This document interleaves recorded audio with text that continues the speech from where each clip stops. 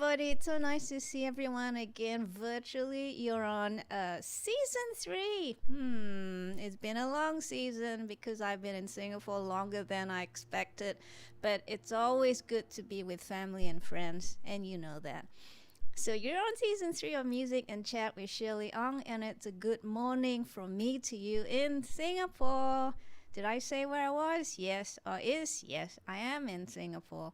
And so we have 3 guests today, and they're from all over the place. We have my good friend Geoffrey, of course, he's in Singapore, and another dear friend, Chris Currell, who's in Japan, and a new friend of mine whom I consider an old friend now, Joel, who's in LA. So please say hi in the live chat. Welcome our guests and let us know where you're tuning in from, and don't be backward and coming forward. I want to say thanks to our Music and Chat ambassador, Gary Mayulo, who is working really hard this morning, despite the fact that he should be celebrating his wife's birthday. So Gary, thank you so much for jumping in, making sure that everyone is aware that we're just a tad late. But you really should go and do the happy birthday song and help your wife blow out her candles and have a slice of cake. And then come back if you have time. Thanks, Gary. The rest of you, please say hi in the live stream, the live chat there. Again, tell us where you're tuning in from. If you have any questions, please also put them in the live chat. As you know, this is live and it is streamed, so there will be a lag of about 30 to 90 seconds. Depending where you are tuning in from and what device you're using and how you're tethered to the internet. Maybe you're not tethered, maybe you're Wi-Fi. In that case, good luck. And please like and subscribe the channel. I really appreciate your support. So it is 9:37 a.m. in Singapore right now. Let's get on with the stream. I will, and I usually play something for you live, and this time it will be Jeune et Animé. It's an instrumental piece released a few years ago with my dear friends Michael Spicer on flute or piccolo, can't remember which one he used, and John Martinez on drums. Michael is in Singapore and John is in Dallas, Texas. You will also find this piece on my Bandcamp store. Thank you to those of you who have bought my music. Your support has meant a lot to me, and your appreciation too. So this will be a theremin piece. Let me just run up the theremin cam. Here we are. Just a few seconds ago I was using it to message. And let me just check my calibration quickly and I'll play it for you.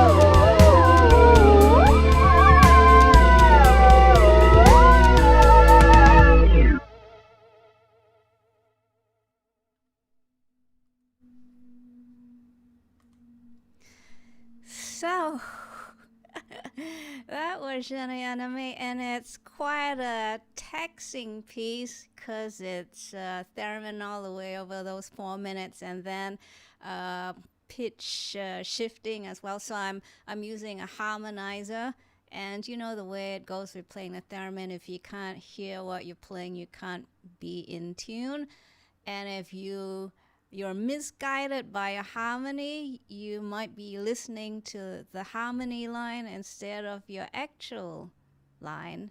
So there's a lot going on there. Great for my ear training though. So I want to say hello to a couple more friends. Hi Brian, how are you doing? I'm just going to pop the question down here. I forgot which part of the States you are tuning in from, but nice to see you. And my other dear friend Mike Brandt, who is in Oregon. Mike, of course, has been a guest on my live stream talking about a lot of stuff, AI, Ethereum, including working on Todd Rundgren's Petronet. So it's good to see you, Mike. I hope you're well. Oh, yeah, you want to know about the effect. Yeah, that was, besides putting it through fuzz and wah-wah, I also put it through a harmonizer. Just for a little fun. Okay, so immersive audio plays a huge part in our entertainment and the way we interface with the world. In the last episode, we discussed mixing in immersive with the Grammy-winning engineers Bob Clearmountain and Elliot Shiner, along with Rory Kaplan, the former executive producer of DTS Entertainment. Today, I dig farther into the core of 360 with our guests, Joel Douek, a co-founder of EccoVR, who bring VR experiences to life through sound and music, and Chris Currell, Synclavier expert and developer of spatial audio technology used, amongst other things, to shift consciousness. Also with us is Dolby Singapore's content relations manager, Geoffrey Low, for the nuts and bolts of the Dolby ecosystem or ecosystem. So I'm going to welcome them in right now. They're already on our Zoom meet, but hi everybody. We are live. We can see you. Hello. Hello. Hello. Hi, Hello. Joel. Hi, Geoffrey. Hi, Chris. So, as we all know, Joel's with us from LA, and Geoffrey's in Singapore, and Chris is in Japan.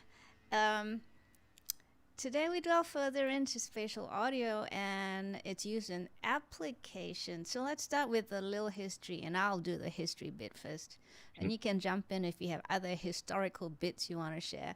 And I do love history. Didn't think I would, but many years after school, I've become a history buff, believe it or not. But I do want to show some pickies of my brush with history.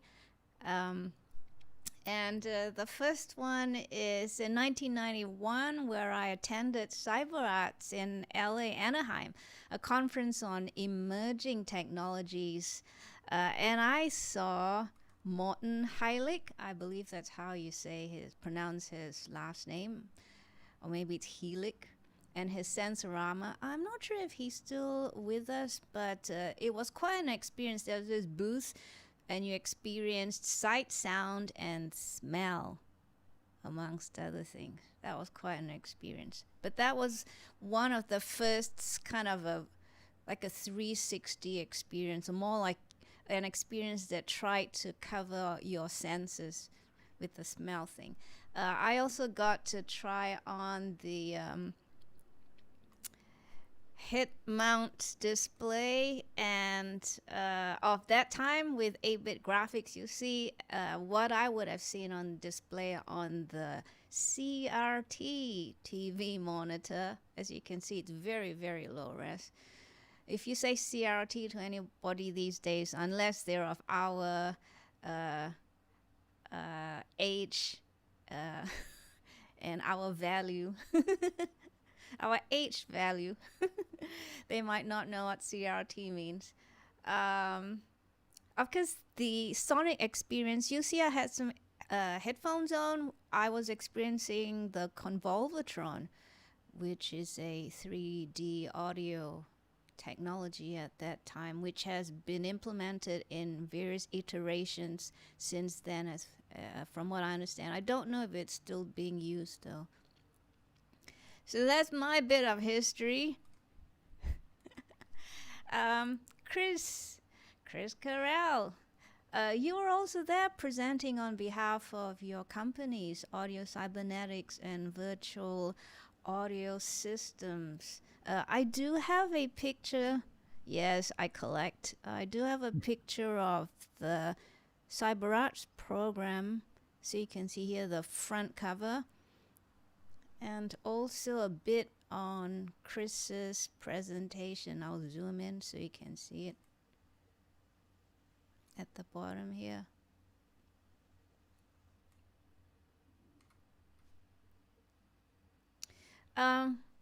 Chris, I don't know if you recall it much, but tell us about your presentation there and how it was received. Bearing in mind this was 1991, how was it received? Actually, it was received pretty well. At that time, I was working with a company in Japan called Bodysonic, and we were working together. The company had basically what they were doing was had subwoofers in floors that were designed to vibrate, your body, and they were really well known in Japan. They had them in theaters and dance clubs and stuff to add to the experience, and it was specifically designed and EQ'd and everything to the space, the floors. They would design the floors, and they had a lot of different versions of this, depending. It was all custom stuff, and they also had chairs that would vibrate. In the cushions, they looked like real space age with a big dome and a visor that would come down with smoke glass and speakers, and you could just like trip out. And there were subwoofers, in the cushions themselves, and you had a sophisticated set of controls. I had a couple of these. They gave them to me, for when I was living in LA. I had them in my studio. They gave you the chairs? Yeah, a couple of them. Yeah. Nice. And they were using them both for this technology, both for entertainment and for healing. So they had a whole medical division that they used vibrational sound, to help people. So working with them, I was a consultant, and I started working with them on 3D sound. And to make a long story short, we made a presentation at CyberArts, and it was quite elaborate. They used the chairs, the Bodysonic chairs, and I created a whole experience so even though it was a dome, we didn't use speakers, we used headphones. And we were using, I think what we did, it was a while back, but I think the experience was in two parts. One was a headphone experience, and then when that was finished, then they would go in another room and experience the chair with 3D sound. That was speakers, but the first part was headphones. So they kind of walked around, and there was just a constant line just funneling through. There was a lot of people there. Todd Rundgren went through. There was just a lot of people. But they were really surprised because it was very high tech for the time, especially the headphone experience. I was using all Stax headphones and so on and so forth. And it was, at that time, it was dummy head based. Later on, it became computer based and used all kinds of combinations of them. So when you say dummy head, you're talking about like a binaural means of recording the sounds and then reproduce. Right. Got it. Okay. Yep. At that time, I was using a head by Head Acoustics in Aachen, Germany.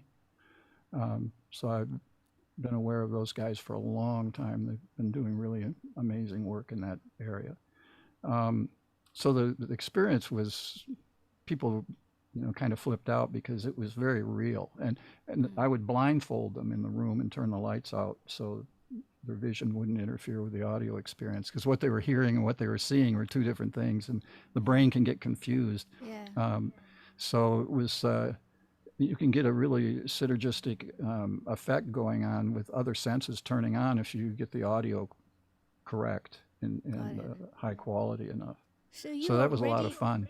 So you were already in Japan by that time, and that was also the period when you were approached to do this work with Tokyo DisneySea then on the Indiana Jones ride? Was that Actually, that was a lot later. Much later? Much later, yeah, in the time frame. I was living in LA at the time. So I was working with Imagineering, Disney Imagineering, and we did this specific area in the Indiana Jones ride in DisneySea here in Japan. And that was a whole interesting experience. It was really cool. They couldn't do it with speakers because of space. They couldn't put a whole surround set of speakers in this space because didn't work. So what was the installation like? Well, at that point, the people, they're in a cave and they're riding in it, and they stop. And at this point, all these, I don't know if you remember the movie, but there was one point where all these spirits come out of the box and start flying around. Well, they actually have that. And they were flying around, and they actually created a tornado, a real tornado in there, a whirlwind. And all these projected spirits get caught up in it, and they get sucked up. And so they needed the sound, to do all that and be spatial. So they used the system that I had because it required 4 speakers, but it's really only stereo. Oh. But it's a total binaural experience. It's like a giant headphone, You could think of it like that. And we did it all in my studio as far as the processing of all the sounds, and because we had a visual for it, and so as a guide, and the producer was there, knew everything, how it was working. So it came out really cool, but then it was all multi-tracked. So these guys were really cool because obviously the space and the acoustics have a lot to do with it. So what they did is they took the whole Pro Tools rig and everything and mixed it on site in the space so that it would, be optimized for that. But to tell you the truth, I've never been there to see it. Well, so I don't know what the final product was. I managed to find a clip from, I'm quite sure it's a current manifestation of the whole right, so to speak. It's probably been changed several times since. Maybe, but I think it's still there because a lot of my friends have seen it. I'm hoping so, but I'll show you a clip right now. I found it on YouTube, of course, and thanks to 360 Attractions, because I'm going to use a snippet of it. So here it goes. Hope you see it on the live stream in a second.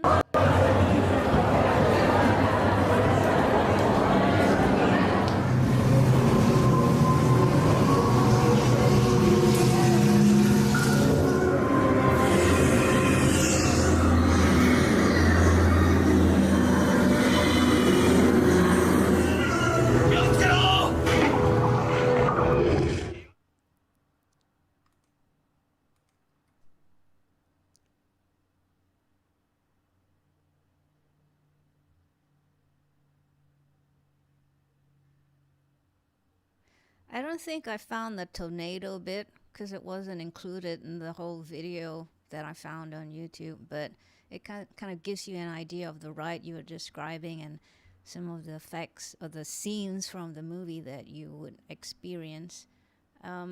So as far as I understand, you are working with your own technology that you researched, and you called it the virtual audio processing system. Is that right? Yeah, that's right. And that's what I did this particular show with as well. It was all computer. Right. And what made you decide to go your way? Was this based on what you had been doing already? Well, it was a natural progression. The binaural head was really interesting, and head acoustics had advanced that technology quite a bit. So it had compatibility with speakers and various things that other binaural heads didn't do. But it has its limitations. It also has its good points. the good thing is it's really an accurate reproduction of the space, but you can't once you record, all the elements are fixed. Obviously, it's just stereo. It's binaural. Got it. So if you want to change anything after the fact, it's impossible. What's interesting is combining the technologies of computer and the dummy head, because you can just get the three-dimensional space only, and then put the elements in it and move and match it, the acoustics with the computer of those individual objects and move them around. So there's different techniques. So in the case of the Indiana Jones thing, if I recall, though, it was all just computer, and I created the acoustics, electronically. At that time, I was using Quantec QRS room simulators. I had like 6 of them in a rack. It was really expensive, but they sounded really amazing. And each one of those I spatialized, in a certain direction, and then move sounds around within it. So in the reproduction of it, when it was ready to install and play back, you didn't have to have high-end equipment, did you? They just needed to have... No, not necessarily. Amazingly enough, the three-dimensionality stayed intact quite amazingly, even on really cheap stuff. The realism is another story. As you get more and more into really high-end playback, the experience becomes more and more real. But as far as just the excitement and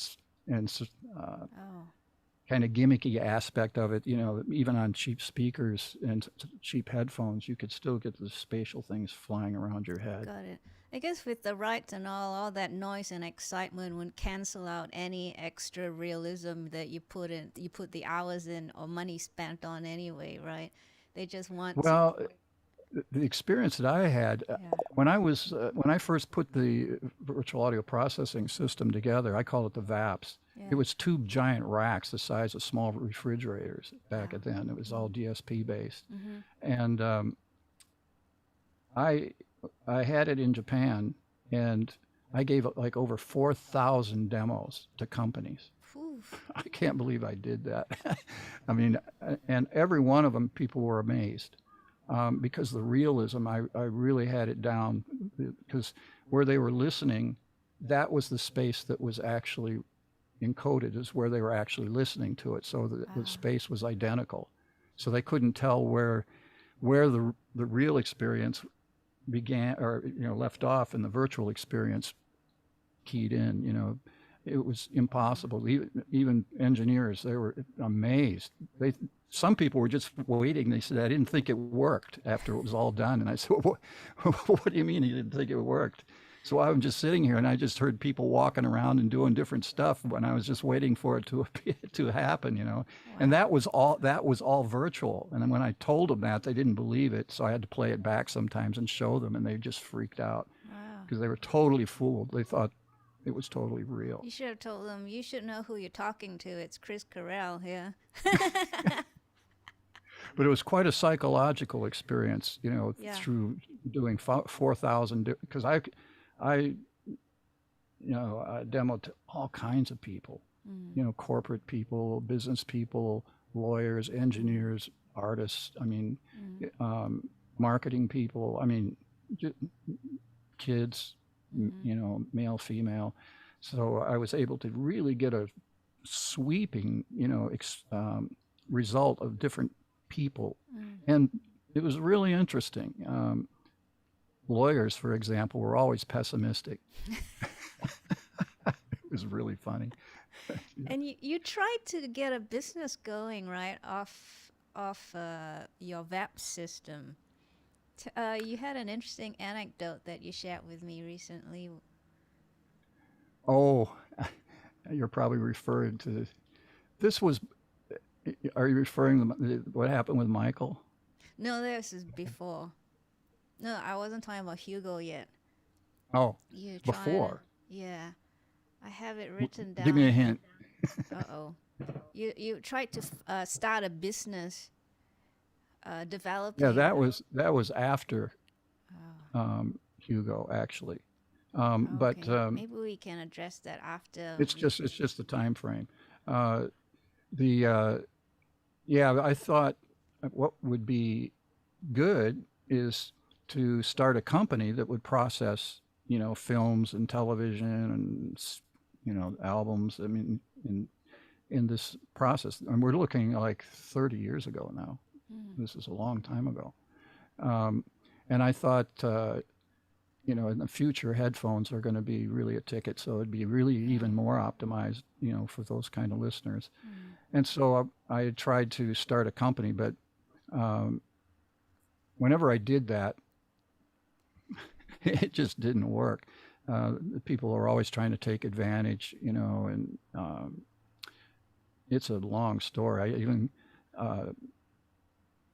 I started a company and the people that were involved, we ended up in a $50 million lawsuit because they were trying to steal the technology. I actually ended up winning, but it took 2 years. And it was just, I kind of wasted 2 years of potential development. After that, I decided I'm just going to keep it for my own productions, and rather than trying to make it commercially available. Since then, of course, a lot of things have happened and the technology's moved on. Yeah. But I just kept those kinds of ideas to my own productions, and then it worked fine. Yeah, there you go. And you did use it for a special 15-minute movie shot for this Japanese music duo called Chage and Asuka, who were formed in the late 70s, according to my notes, by the Yamaha Music Foundation. But they went on to sell over 31 million albums and singles in Japan. And that's big in Japan. Yeah, it's big in Japan. Tell us a bit about this project that you worked on using your own proprietary VAPS 3D system. Yeah, I worked with a lot of actual Japanese artists, with 3D sound and video game companies. But Chage and Asuka was interesting because, just to make a long story short, I get a call. My studio was in LA at the time. That's where I was working. And the management said that they had this idea. They wanted to, they made this video. It was like a 15-minute movie of them getting captured by a UFO, Chage and Asuka, and they wanted to present it. They were doing some special major concert, and it was either in, I thought it was in Tokyo somewhere, but I don't remember now, but major concert. And I don't know I thought it was multiple concerts they did, but I'm not sure.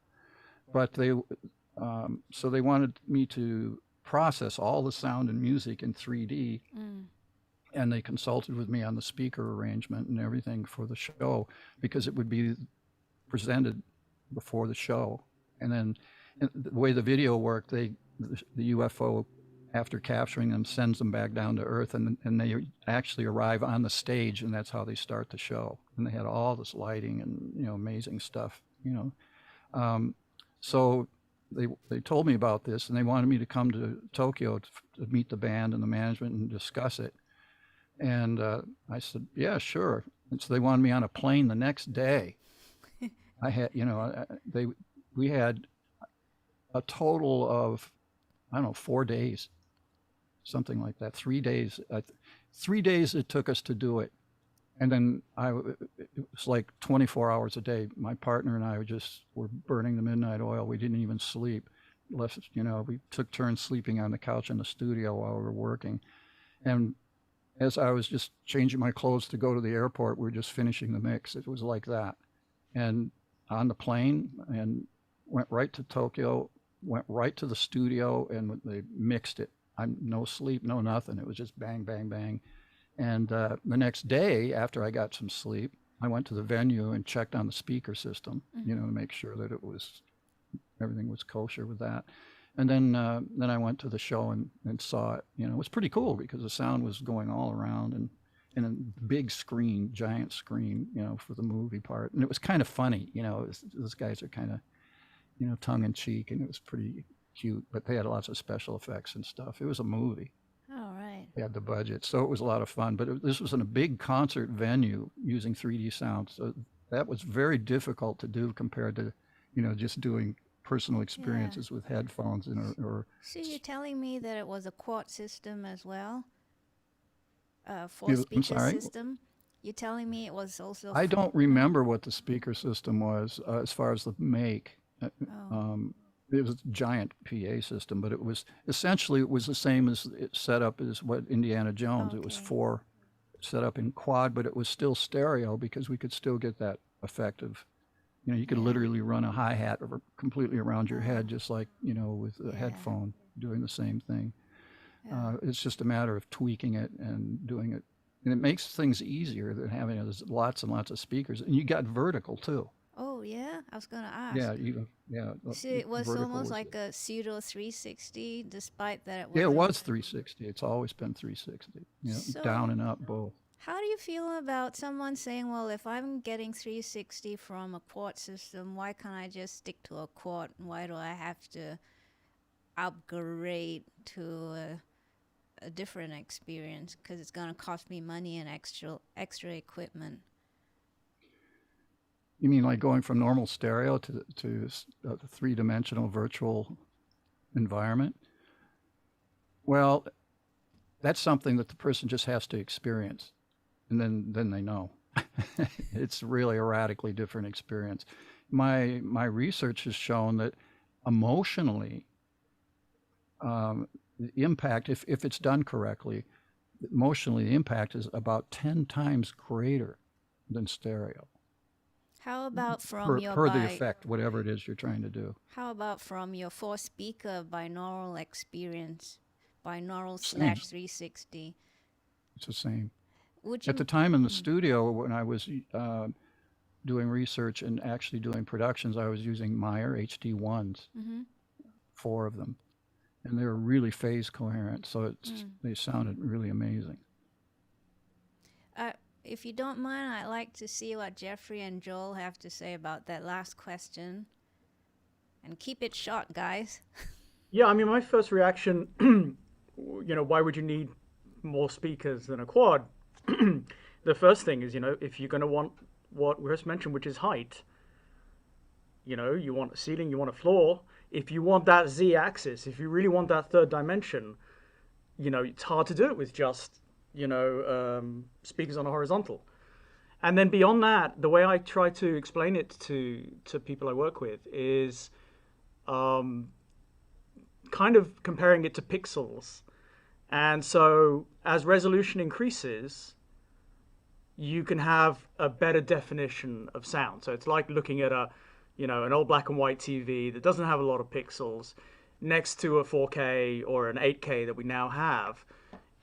By having effectively greater control and greater density of sound sources, you're able to really open up that image into something that's far more detailed, that's frankly easier to for a human hearing system to locate, because we're not that great. In fact, we're not that great at locating things. We have kind of quite good abilities. But it partners with our visual senses and stuff like that. When you're just using your ears and things, you want to give people the maximum opportunity to be able to kind of really locate a sound in space. And the more resolution, the more acuity you can bring, the better it will be. Thanks, Joel. Geoffrey, any thoughts about that question? Well, Joe just said what I wanted to say.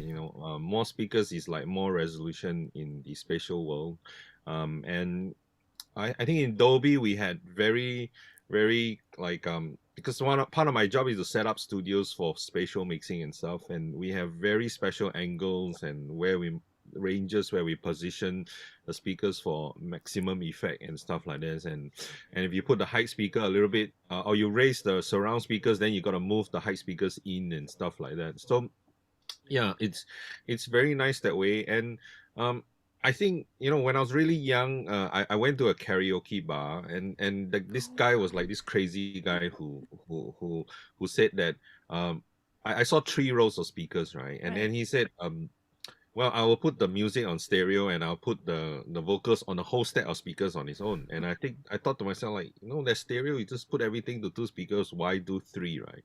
So I'm running a karaoke bar and I want the best sound source for everything. And when I was young, that was like, why we have stereo, why do that? And as I grew older, I realized that he actually had a point. If you look at, I think spatial relates very much to reality in sound. And in real life, sounds don't get squashed to a particular speakers and then redistribute from, or and goes back to the real world again. So we have a sort of like a tunnel in or a funnel in. So if you have more speakers, then every individual item would have there would be some space and some control, which it adds to the realism of things overall. And with that, yeah, so more speakers is definitely more resolution, really. Thanks, Geoffrey. I've got one more comment and kind of a question for Chris as well, which is this idea, and you said, you've got good research that you've done that demonstrates that, people experiencing spatial audio as opposed to, let's say, stereo, have as much as 10 times the emotional effect. And so I'm wondering out loud, and I'd love to hear your thoughts on this. Why do you think it has that effect? Do you think it's because we, as Geoffrey just said, as we get closer and closer to the natural world experience, and it becomes more and more realistic or surrealistic, it doesn't have to be limited by the bounds of gravity and things like that. Is that what triggers us to be able to have a richer emotion? Well, what do you think? This is very interesting. What I found early on is that it has to do with our selective hearing process in the ear-brain mechanism.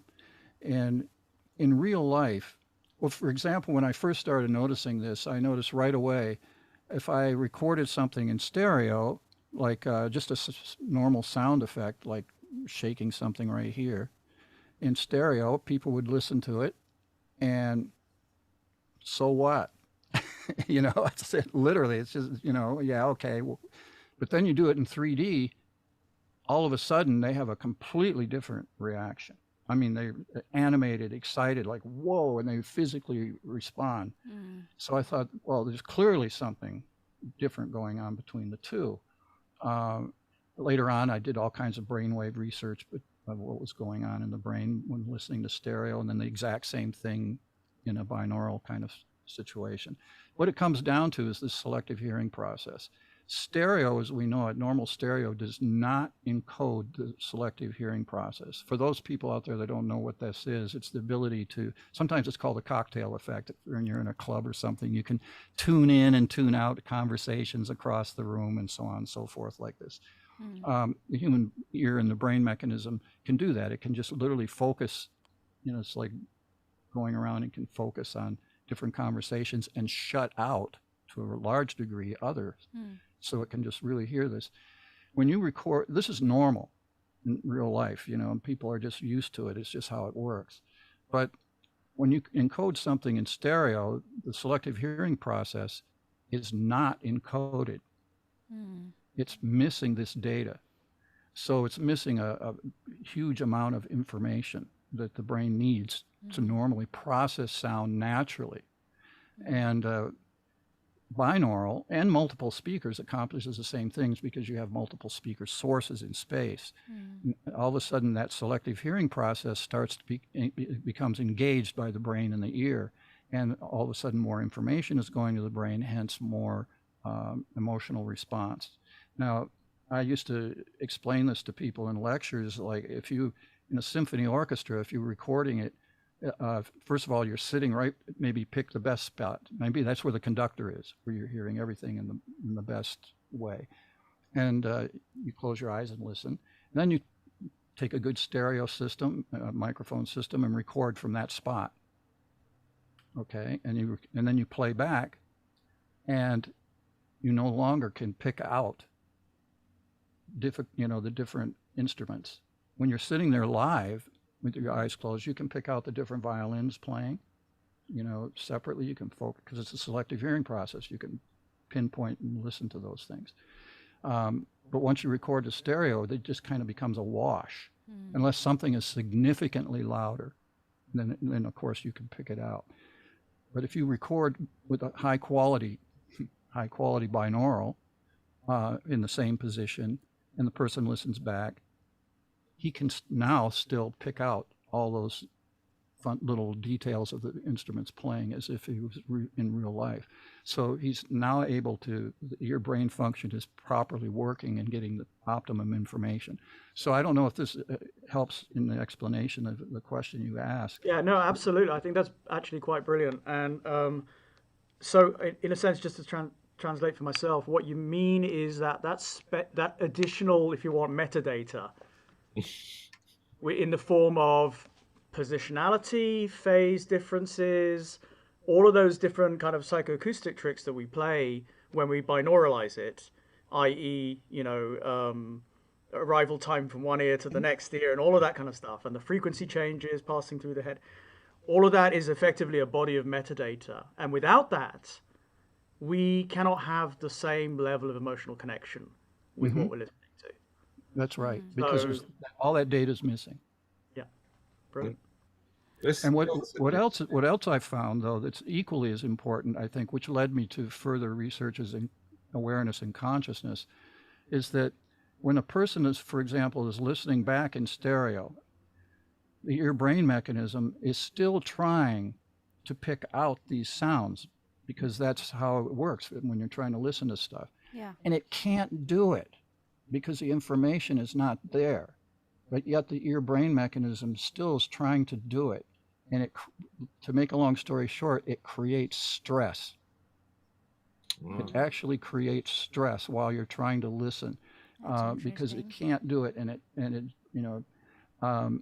then that stress is immediately released if you're listening with binaural or those kinds of technologies. Now, if you were to use 3D sound using sound as a means to expand consciousness, this is an absolute must-have, because you can't have the medium creating stress of which you're trying to relieve. And we will get to that in a second. Geoffrey, did you have a question there, or you want to say something? I thought I saw you attempt. Oh, no. I was just going to say that I was going to ask the same question, and it really helps me. I really like the phrase 10 times more emotionally connected. I with Chris, I totally understand Chris in his 4,000 demos of a particular technology. Yes, that's really my everyday job, and I like it. Exactly, I do it to everyone, from the musicians to the business guys. Not so much the lawyers though, because I think Dolby is pretty much lawyered up. But all the business guys, the engineers, anybody who I it's part of my job to show them the technology, the Dolby Atmos stuff and all these, and demo it to them.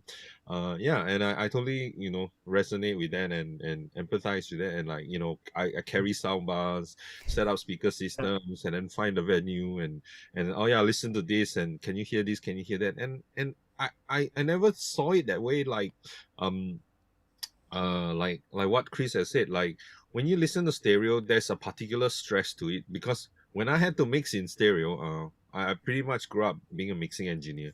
And when I had to mix in stereo, my stress is trying to put it in such a way that it fits into that space. And that as I grew, I learned that, I didn't call it a selective hearing process. I just learned that consumers or artists that I work with, they have a particular way of just zooming into a particular sound at a certain point. So if you had, like, if you go to the old textbook and says, a good mix is you could hear everything at once, and that's what they taught you in, like, primary first thing you learn about mixing. Say balance everything so that they are of equal volume. I found that, like, after a couple of years, I realized that doesn't work, because then the human just cannot deal with so many things. I'm trying to hear the vocals while the guitar is trying to cut into it and stuff like that. And hearing what Chris has just mentioned and about a selective hearing process, it's very stressful. So in mixing, what I had to do was move things in and out so that they get their right attention at the right space, and that was a lot of work. I mean, nobody ever noticed this work. I think my parents still don't understand what I'm doing moving faders. But you're actually relieving that selection process for the listener so that he doesn't have to be stressed trying to find it. Whereas in a spatial world, then it just exists as it is, and your own, you can choose your own selective hearing process rather than the selective hearing process of a pre-amp mixing engineer that's done it for you, where you can start picking things out. Like in listening to an orchestra, if you like strings, you can just focus on the strings. If you like the horns, you go to horns, and the less like oboes, they're not, unless sometimes in the whole part, some people just like the woodwind stuff, and with horns and percussion sometimes it's hard to focus, but yeah, you could if you were in a spatial space of it. Geoffrey, you gave me an image of 6 people trying to fit in a Mini Cooper and then driving Exactly. down the road. It's like, it's a really cool car, but it's just not very comfortable. And, versus, give them some kind of like, I guess, a Mercedes SUV, and everyone has room to stretch out, and it's a different ride. Exactly, and like the interactions between, if you're all squashed out, you can't interact. It's like, okay, let's. Yeah, you can't interact. It's like, could you move it a little bit? It's like, yeah, absolutely. Yeah, I mean, definitely. Go ahead. What else is interesting about, from what Geoffrey was talking about, because we've had stereo for so long, it's just and these problems exist. Engineers have compensated for it in kind of rules of mixing. Like they don't like to move things around a lot in mixing because it seems to confuse the listener too much, or moving things out too far, in the space. There's just general rules that you sort of follow, but these are arrived to by the fact of the things we're talking about. Now, if you eliminate that problem from the picture, all of a sudden you can move things around, because that's a lot of fun to do. You can have all kinds of neat effects. But if it confuses the person because he can't focus on it, or there's too much going on and he can't focus, it has a negative effect. But if you eliminate that barrier by putting back in that information, the selective hearing process, you can now start to do things that before the rules wouldn't let you do in recording. You can now move things around. It doesn't confuse the listener. You can move things out and away from you, and it has an entirely different effect on the mind. Thanks, Chris. But the road to 3D sound or 360 sound was not smooth, never was. So back to history, you had an interesting anecdote with Mr. Hugo. Chris spent a good part of his mid to late 80s working with Michael Jackson on his Bad album, and Michael Jackson considered Chris his music translator, and you were also his synclavier expert. But for the Bad album, MJ was keen to try out surround. Tell us about the anecdote. Well, at that time, I don't know if you guys ever heard of Hugo Zuccarelli. He's the guy who founded Holophonics. Sure, Joel probably has. But he was quite a character. Everybody that dealt with him had interesting stories, and including me. But I first heard, I think, my very first experience with binaural was with Holophonics at an AES show. So, I was like, whoa, this has got so much potential. And that's kind of what started my whole thing going off in this direction.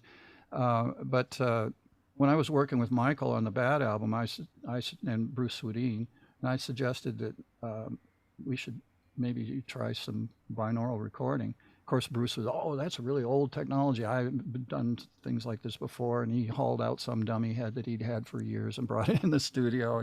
But it didn't hold a candle to what Holophonics was doing at the time. But he kept all his stuff secret, so nobody knew really what head he was using or anything. But unbeknownst to me, Michael liked the whole idea. He liked stuff like this. So he went off and did some recordings with Zuccarelli. And at the time, Zuccarelli had some people working for him, and I knew those people as well. And so I brought those guys in the studio to do some recording for me, just because I like adding 3D sound effects to stuff. And Michael went off and he recorded a whole bunch of sound effects, and he used his voice on the beginning of one of his tunes. What was it? It was a love song. Yeah, I've got where it he's here. speaking in It's the ear. I Can't Stop Loving You. I think that's what it was. Yeah. Well, what's interesting is on Speed Demon, the original. I don't know if you guys remember this Chris, song, but was it Speed Demon or Smooth Criminal? I've got it online somewhere as Smooth Criminal. I wanted to check. no, on it was Speed Demon. Speed Demon. Okay, thank you. Yeah, because in the middle he goes through these gear shifts, Okay. and the originally it was a CS80 doing some glides up, and I thought this would be real cool if this was shifting through the gears, like. And so the guy I was working with, I asked him, "Do you have any in 3D, from Zuccarelli of a motorcycle?" He didn't, but he had a F1. I think it was an F1, going through the gears. I said, "That's even better because it's bigger," And so I put it in there and in the synclavier and put it into the recording, and it worked perfectly. So I had Michael come in. And, "What do you think, about this?" He loved it. He thought it was great. Since there to this day. But moving forward a little bit, I think we're on the tour, and I was home on a short vacation, and I get a phone call from a producer friend of mine who worked with Lucasfilm, and she says, "Did you hear the news?" I said, "What?" He says, "Well, you want the good news or the bad news first?" I said, "Well, give me the bad news." He says, "You're being sued for $50 million. No, it was $80 million. I said, "What?" He said, "Yeah, Hugo Zuccarelli is suing you, Bruce Swedien, Michael Jackson, and Quincy Jones." I said, "What?" I said, "What's the good news?" He said, "Well, obviously," he said, she says, "That's really good because, it's a sign of success. You can't be successful without being sued." I went, "Oh, well, thanks a lot for that."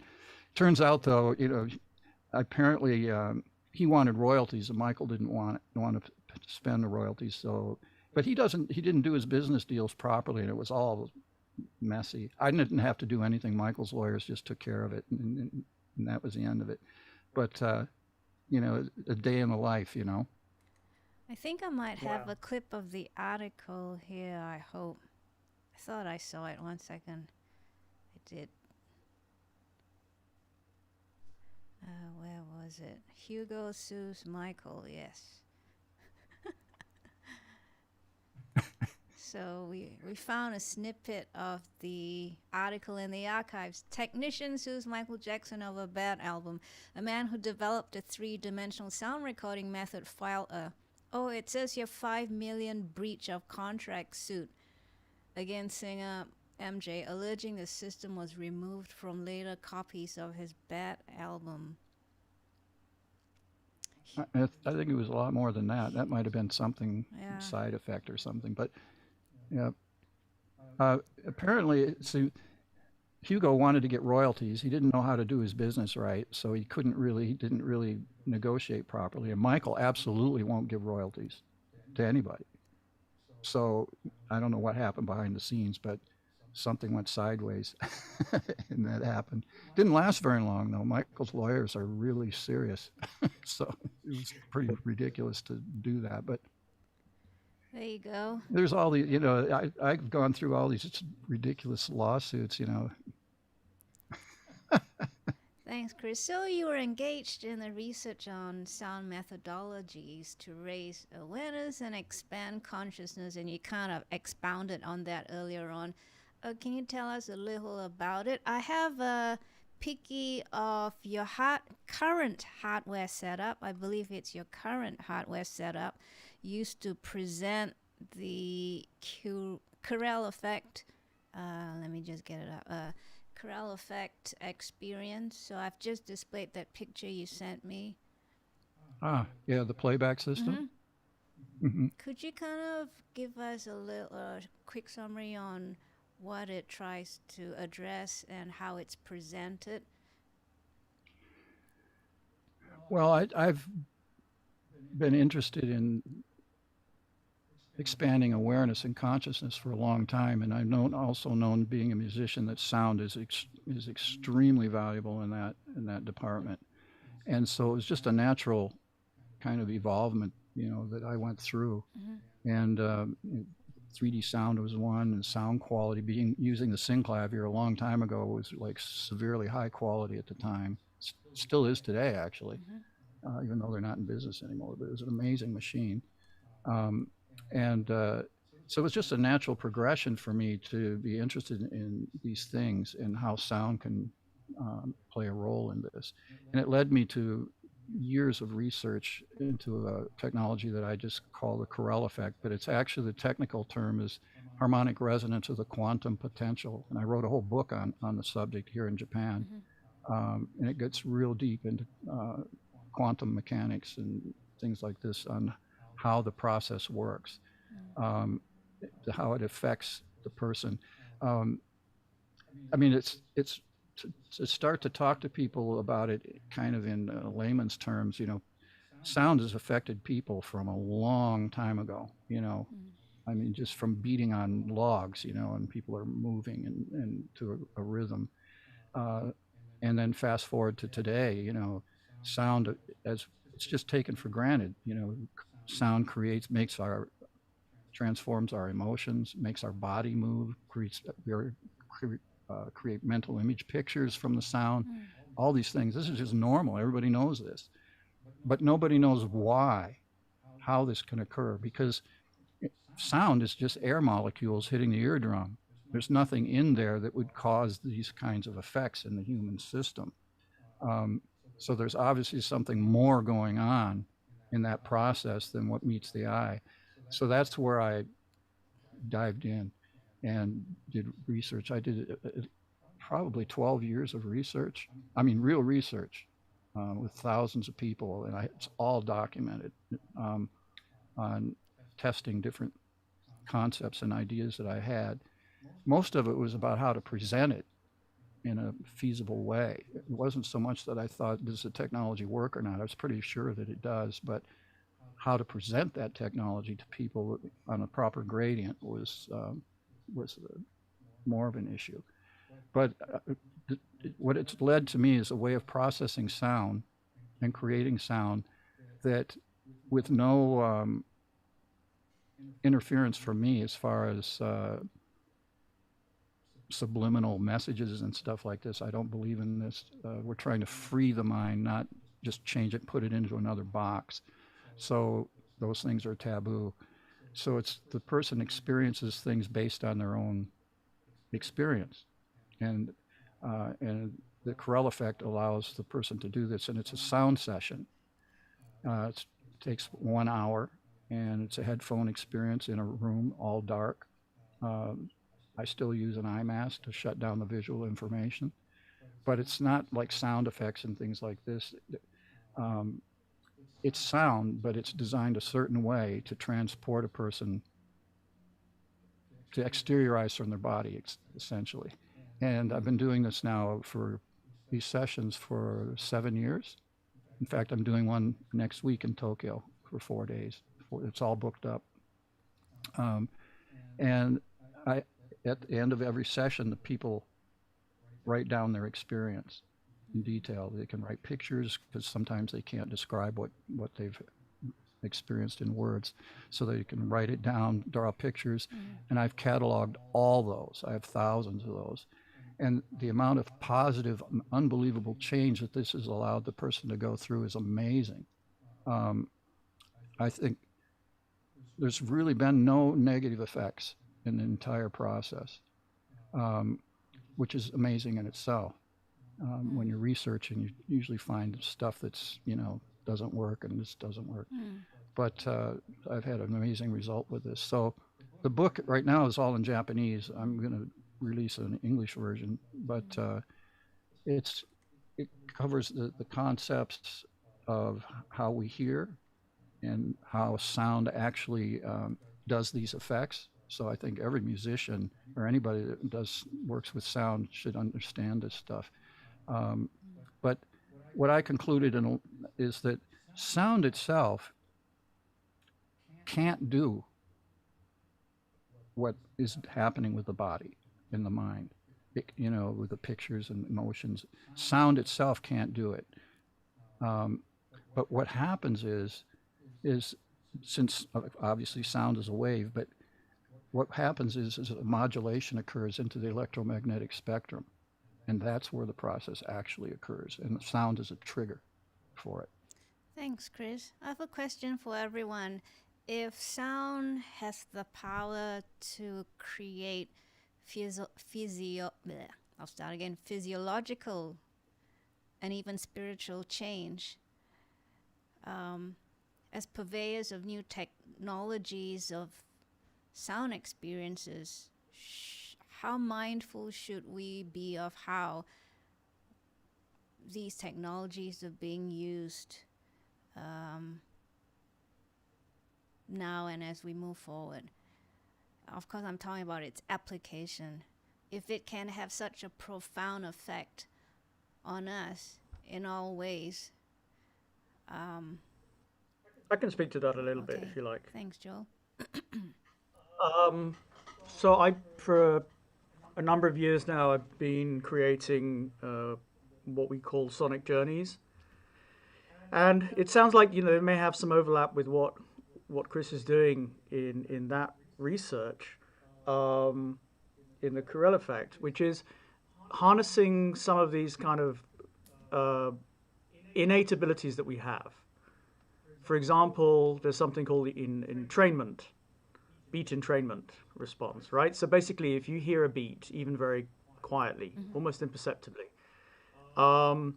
the human body naturally tends to synchronize with that BPM, with that beats per minute. And so what happens is, obviously, in a concert or in a nightclub setting, you're actually finding that people's heartbeat and breathing rates are starting all to synchronize. And you can account for some of that social bonding to a very real synergy that's being created. In the sonic journeys, these were prompted really by the need to create something for people undergoing various kinds of rehabilitation in hospitals. So working with, at that point in time, Jefferson Health System, which I think they own about 18 or more hospitals in the Pennsylvania area. And the idea was this is the first lesson from music therapy, is you can't just bring someone in who's agitated and play them some relaxing spa music and expect them to calm down. It just doesn't work. In fact, you're going to aggravate them more because they're getting a sense of like, you don't understand what I'm feeling right now. So in music therapy, you say, we meet them where they are. And what that means sonically, energetically, is we meet them in a kind of agitated, angrier place. And then over a period of time, then we start to bring them to where we want them to be. And the opposite is if maybe you're dealing with, we were speaking with amputees who were dealing with, just lethargy and a lot of depression and finding it hard to motivate to begin various kinds of physiotherapy. And it's the same thing there. Like if you try to take someone in that, mental physiological state and play them, come on, go, go, go, kind of gym music, you'll lose them completely. So you have to meet them where they are. And so the idea of the sonic journeys was, let's work with a number of different sonic technologies. I mean, I definitely took the kitchen sink approach, which is, maybe beat entrainment has 5 to 10% effect on their physiology. I can actually move their heart rate measurably. We did a study on this from, let's say, 100 down to 70. And then back up to 80, depending on whether we want them to be productive or we want them to kind of meditate and go to sleep. And just by slowing down the BPM over a period of time, that's all. And then add to that some isochronic beats or binaural beats. Do they really work? It's, it maybe, we don't really know, but why not? Let's add some of that as well. And then a few other different ingredients. So for example, biophilia. We know very well that humans tend to respond positively to natural sounds. So you add in some seashore and, birds and things, and, we can use that biophilic effect. And then you add in more and more and more ingredients. And what you're able to do is change over a fairly fast period of time the physiological state of that person, and then with the musical aspects of it, the harmonies that you're choosing, you know, the way it plays, the periodicity of it, the patterns, all of that. Patterns to create familiarity, they accept the music more, and then the musical style, choices, harmonies will then influence their emotional state in much the same way as a film scorer might do that in a film. You combine that all together and you actually have a fairly powerful therapeutic tool. Add binaural into that, which is obviously something that I do, where they're then able to kind of, in a sense, in VR audio, we tend to think of things being in terms of an internal experience and an external experience. We have headlocked, which means, you know, music, audio that comes with you, and that doesn't happen in the real world. What happens in the real world is audio that we hear stays in place, so that's head tracked. So by bringing it out into a spatial experience, we're then able to kind of liberate the person to have an experience that starts to blend with real life and simulate real life more accurately. And then they accept it more. And now, since hearing Chris talk earlier, it's making more sense to me because selective hearing can then be functional and engaged, which means that you're reducing the stressful experience of trying to decipher this internal experience of music and sounds and birds in your head to one that is, oh, okay, I get it. I'm on a beach and there's some music in the distance and I hear a beat and the beat's slowing down and it's making me feel kind of better and calmer. So that's an example of, you know, therapeutic uses. There are many, many more, but, you know, this is actually, I think it's starting to be a burgeoning field. You know, in spatial audio in general, I think, you know, as is always the case, once Apple kicks into gear and you know, and starts to push something out to the public, this time in partnership with Dolby, it tends to have an impact because they just have such a massive reach. And so as spatial audio people, we're genuinely excited because I think I've been saying it since getting into VR in 2015, and maybe Chris has been saying it a lot longer. It's like, this is going to be the year of spatial audio. And then it's not. But I think I'm gonna make that pronouncement. This is gonna let's call it 2021-22 is the year of spatial audio. And I know this because these technologies are being pushed out. There are more effectively headsets that are spatial audio aware, spatial audio capable, being made by Bose and Apple and others. And so now they're getting into homes. And then people, what they need now is experiences. They need the killer apps effectively. And that's kind of where we are. And I can talk more about that a little later if you like. Anyone in the viewing audience with questions, please put them in the live chat now because I'm looking at the time and it's ticking away very rapidly. But Joel, thanks. Before I jump to Geoffrey, I do want to address one of your projects. Speaking of the sound of nature or the music of nature, you worked on a project called Under the Canopy, where you discovered that the natural tuning of nature is, in fact, 432. There you go. Would you like to talk? Well, I'll tell you a little bit about the project, and then that kind yes, please. Humbling discovery, actually.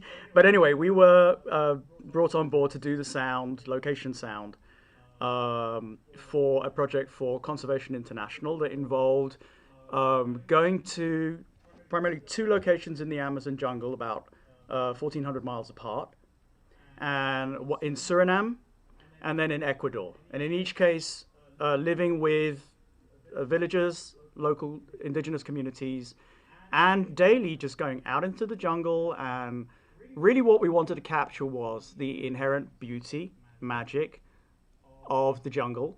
The fact that it produces 20% of the oxygen of planet Earth, and that as we deforest it, we lose that. We're actually starting to suffocate ourselves. So, and then present the contrast between areas of the Amazon that are being intended to by tribes people who've lived there for as long as there's been people, and comparing that to areas of deforestation, which, you know, has become agriculture, or in the case of Suriname, a lot of gold mining and other mining and a lot of toxic chemicals, you know, entering into the environment. And so the purpose of this was really to do something that virtual reality is, I would say, uniquely able to do as a form of media, which is to give someone a visceral, personal experience of being there. We like to say in the VR world that when you remember a VR experience, you don't remember it as something that you saw, like a movie. Mm-hmm. You remember it as something that you lived, something you experienced. And one interesting kind of proof, if you like, of this was there was an early piece, Clouds Over Sidra, done by the New York Times, which was effectively a documentary piece set in the refugee camps in Syria. And there was a mother and her 4-year-old, who some of the people that saw this, it was you know, fairly big at the time. And the 4-year-old afterwards apparently kept saying to the mother, "Mummy, do you remember when we went to Syria?" And her mother said, "No, we didn't actually go. Do you remember we saw it with the headset?" But for the child, it was as real as any living experience. You get physiological, palpable, sweating hands. You know, if you have phobias, all of that comes to life in VR, because we're starting to simulate the real world, just as we were talking about before. We're doing that not just with visuals, but we're also doing that with sound. We're bringing that sound out. So anyway, that was our job, to effectively advocate for the necessity, the human necessity, to preserve the Amazon. And that piece was then brought to the United Nations COP22 conference, the Environment Conference. And hopefully, you know, we like to believe that it did change some minds, it did influence some people, and it did generate some funding, a lot of funding for Conservation International, that resulted in 100,000 acres. I think I have to look up my facts. 100,000 acres doesn't seem like a whole lot, so it's probably more than that. Well, we look it up. I have a clip of the behind the scenes of the making of Under the Canopy, which I'll play now. We can show our audience the real feel of it, to meet the people who are involved with protecting it. We really wanted to push the boundaries of virtual reality. We used the Jaunt 1 camera system, which is made up of 24 individual camera modules. Sound is by nature 360, so if you want to inform people where you want them to look, sound plays a very big role.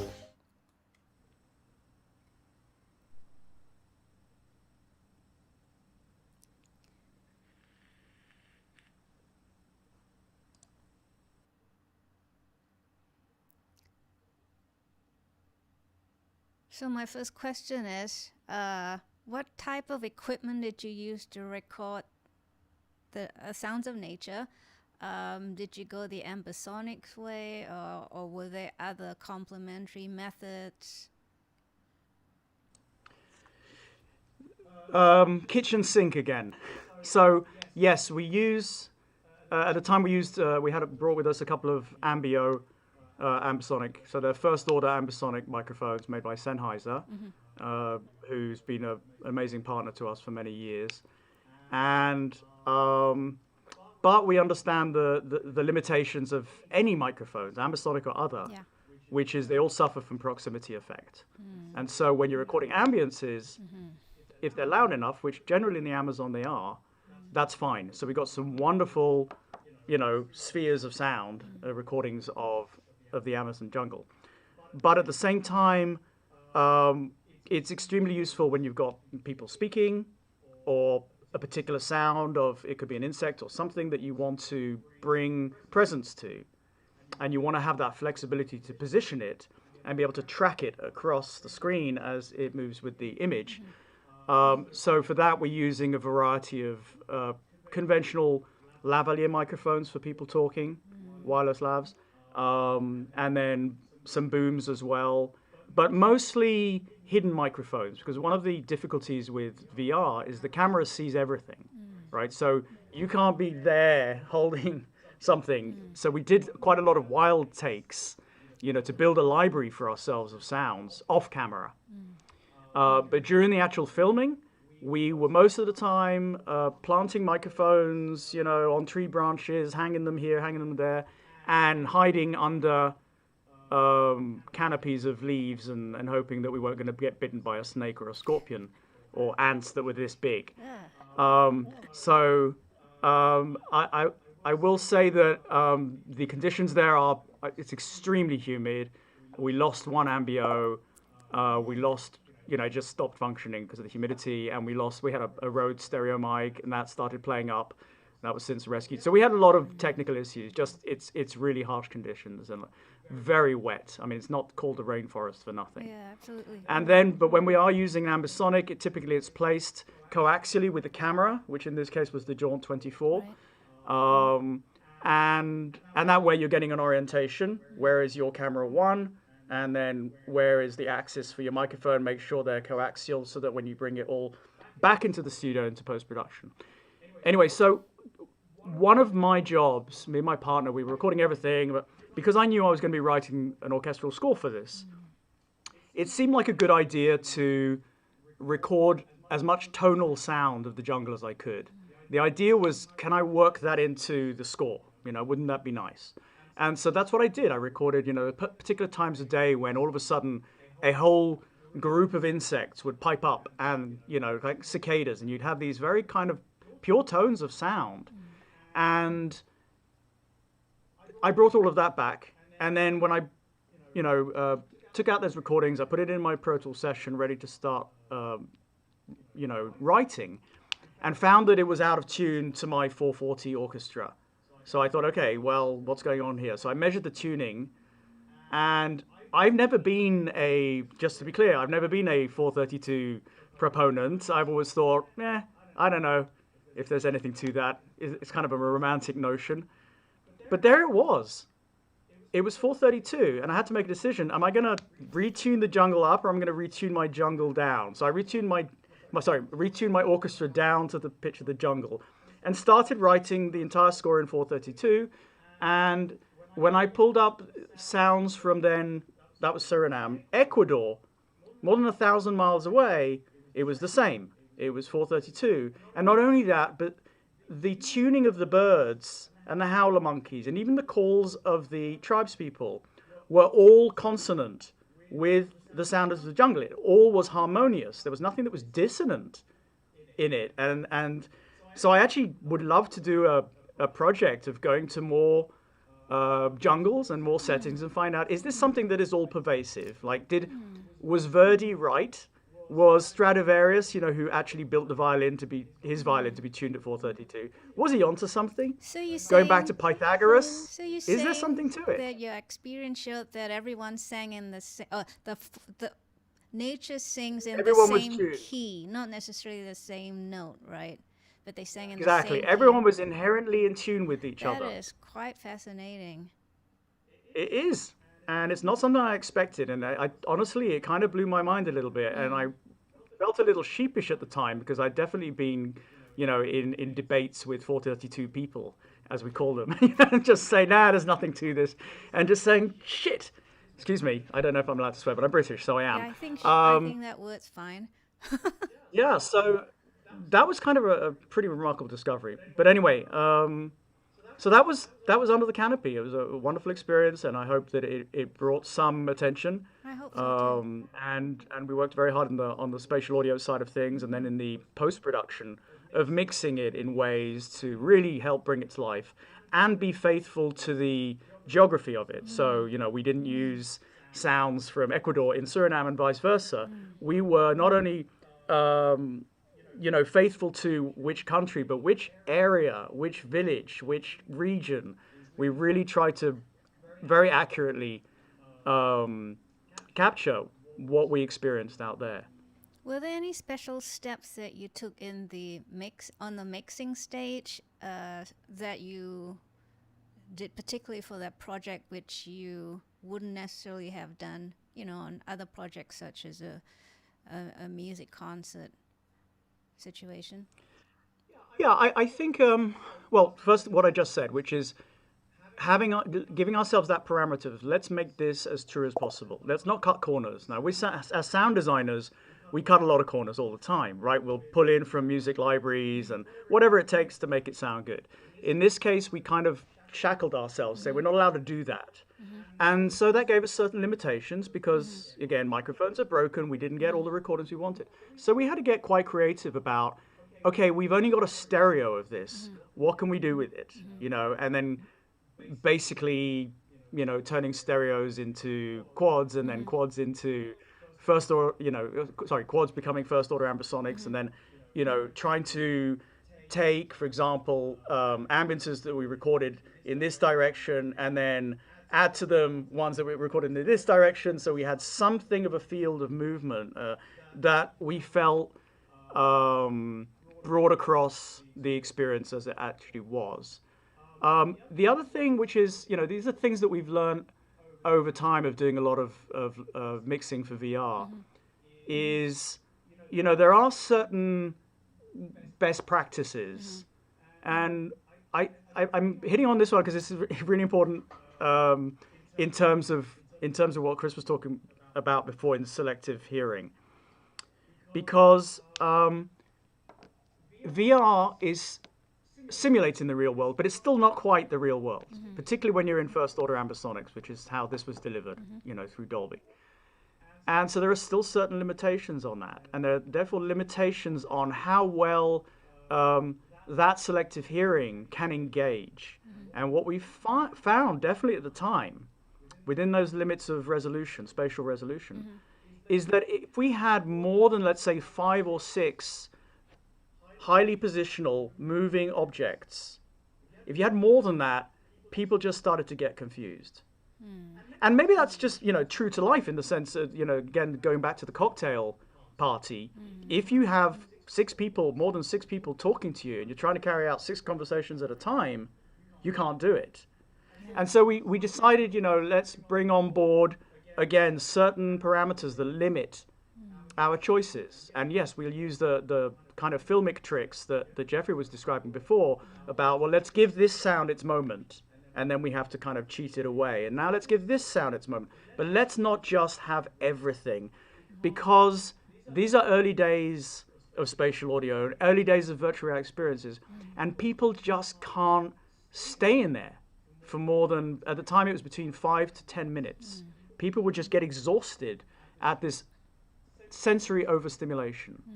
So we felt that we always have to be very kind to the audience and say, like, help them understand this. And I think that's one of the primary things that sound is supposed to do, as a sense, right? Yes. Among all our senses, sound is the only true 360 sense.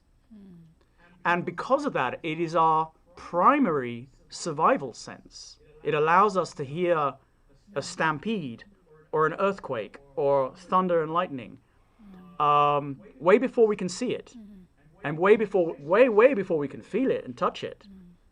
And so when you get into the neuroscience of it, you find it makes sense, because the human auditory system is connected to the emotional parts of the brain, the amygdala, and very kind of primal areas. And that's why we experience things reflexively and emotionally, is because that's how we survive. You know, we don't have the time to think about something with our frontal lobe. What should I do? We just need to take reflexive action. And so I think when we're working with sound, bringing on board an understanding of how primal this is, how ancient this is as a sense. You know, the original vibration sense comes from the earthworm, you know, and before that ended up being preserved in our tympanum, in our hearing aid. But it's the same thing. It's the same thing. So we try to bring on board some of these understandings when we're mixing, also when we're generally working in VR, and also when I'm composing. Because I think there is I said before that we're starting to get great spatial hearing systems for playback, but what are we going to play? And we're starting to see people going back to old mixes and saying, well, do we have the stems of that? Can we get the stems of Bohemian Rhapsody, and let's do a spatial mix of that? And I think that's fantastic. But, you know, what I always put out there, I teach classes on this to composers at, Berkeley and UCLA and other places, I teach a class called Compositional Approaches to Immersive Music. And the idea is, if you have the luxury to write the music from nothing, from the ground up, knowing what opportunities there are that spatial audio now gives us, what are you going to write? And how is it going to be different? How are we going to engage the dimension of space, not just the dimension of time, which is how we've been, writing for so long. But way back when music was only live, it was very often written for spaces, for an amphitheater, for a cathedral. So how is it going to change? And I put this challenge out there really to every young composer and songwriter, is something that Chris said before about in old styles of mixing, with stereo, we came up with a bunch of rules to compensate for the fact that we don't have an effective selective hearing. But if we do now, what are we going to do with that? And I think that's really fascinating. So the idea is not just breaking the rules in terms of mixing and engineering, is let's break all the rules in composition as well. Yeah, Joel, I agree with you on that, because a long time ago I came to the same conclusion, because if you eliminate these barriers that we've had with stereo recording, it really, we don't have those limitations anymore. So it really begs for a whole new style of composing, of way of working, because we don't have those kinds of restrictions. And then the same thing with visual and VR, is that gets better. We have similar situations. You mentioned earlier too that people they can only stand it so long, in a virtual environment, the headset and these kinds of things. There was a lot of research done on this many years ago, and primarily what I concluded about this is just there's two things. There's one, how you the content itself and what you do with it, but then there's also the medium itself that you're using to deliver, and the medium has been inferior to our own mind-body system. Very inferior. So a lot of these restrictions, people get sick sometimes from VR experience. These are all from low res problems mainly. Low res in the tracking systems, low res in the visual systems. Although audio has been kind of ahead of all this, I think, as far as resolution and things, but it still applies. So as technology gets better, and we learn how to use it, also we have to understand how the mind and the body works, as well, in order to deal with this. That's why research is so important. But ultimately, I think it's a fantastic time for creating really new experiences that are that are like. To give an example, it's like I brought this idea actually to Sony in Tokyo, and we were kind of seeing if we could get it done, because they'd come up with this thing called the SSVR, which is the Sonic Surf VR system, which is basically a WaveField system of speakers. And for those that don't know, what that is it creates kind of a static hologram of sound, in the sense that you can walk through it, and as you do that, you will hear different things, and you can walk back and you'll hear that thing again. So they one of their demos was they have a picture, like in a museum, and as you stand in front of it, you hear kind of like an audio guide in English about this painting. And then you step like a foot or 2 feet to the side, and now it's in Mandarin, and you don't hear the one in English anymore. And you go the other way, and you can hear it in French. And so this, that was my first experience. And I thought, this is phenomenal. I mean, can I have one of these? Of course, it's about $250,000. So the answer was no. But I think that's, for me, the nirvana of, once we're able to kind of limit how sound disperses and contain it, and it's possible with WaveField systems, then you can do some really interesting things. And so the idea I brought to them was one called harmonic shift, where, for anyone you don't need to be very musical to get this, but anyway, so let's say that you have a first and a fifth, all right? That is a non-emotional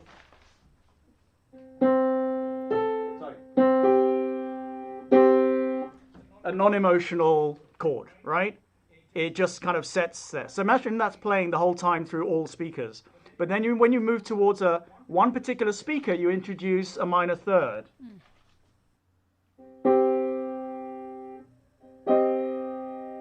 And only when you're near that speaker, all of a sudden, you've introduced an emotional harmony. And there you will have an experience of sadness.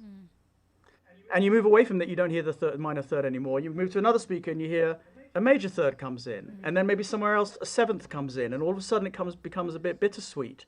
And then you flip it all around. And so then you're not only kind of composing music, you're allowing the listener, the participant, to become part of creating their own emotional journey by where they stand. And so, again, invoking this idea of space as something that we haven't really challenged ourselves with creatively very much in the last 1,000 years. I thought it would be really cool. A long time ago, I had an idea of creating, with virtual technologies, a three-dimensional space where that you could walk through like this, but it was a mandala. A very sophisticated mandala that was in 3 dimensions, and it had many levels up this way, many levels this way. You could go anywhere and walk through it, and the technologies like this would work really well. Because you could just, as you walk through, you get totally different. The whole environment shifts and changes accordingly. So in a way, all these kinds of creative things you can do. It's Team Lab for sound, Chris. And you know what? Let's do it. I know a guy. I know a guy. So you guys are Sounds talking cool. about a speaker installation as an architectural experience of sound rather than just a speaker installation. I think you go in and out of a certain doorway, you experience, so you have different doorways, different maybe ceiling heights, different windows, and each of these architectural devices, sonic devices would give you a different experience or playback of the composition that you've written in as it's played back. Yeah, I think effectively, what we want to do, and this is why a WaveField system can do it, is we can turn sound back into, let's say, a liquid, in the sense that you can contain it to some extent, whereas currently with our regular speaker systems, it's a gas, right? It's everywhere. It goes everywhere. You can't really control it. Its dispersal just goes everywhere. With WaveField systems, you're able to start to manage it not as a solid object, but as a wave, effectively, as a standing wave. And with that, then you can create interactions and shifts as you move around. And this technology is, it's really coming into play. I can tell you that, the new Madison Square Garden sphere they're building in Las Vegas, there's a German company, I think they're called Holoplot. And I think the screen, it's an LED screen, is 4 acres. Ooh. And behind it is porous, and behind it is an entire sound field system, a wavefield system that will allow the sound to be dirigible through the entire stadium, the entire sphere. So these things are coming in, and they're actively developing it while we speak. What's really interesting is I think the speaker-based audio experience is one thing, and then you have a headphone experience. Mm-hmm. You apply, advanced technologies to headphone experiences, including tracking, and this kind of thing. I think, in a sense, they're two different experiences, right? I would think that you could classify the speaker system more as a physical experience, because you're actually physically walking through these environments, and so you're getting this extra sense of the physical, where in a headphone you're not so much. But yet you can float through different dimensions. You could have some kind of a device, a pointer device, and you just point and go forward or backward in a space and move around. Typical VR kind of things, but more advanced, extremely high res. And you can mix and match. You can mix and match. You can mix and match. We've done and some then, hybrid ones as well. Mm-hmm.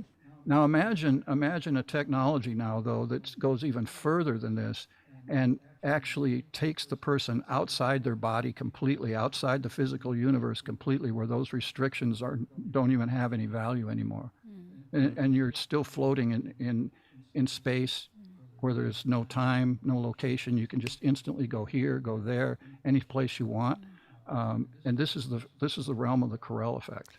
You know what? We might have to take the metaphysical experience to another round as we get close to, I'm the certainly end of 2 hours. But I do want to ask Geoffrey a few questions.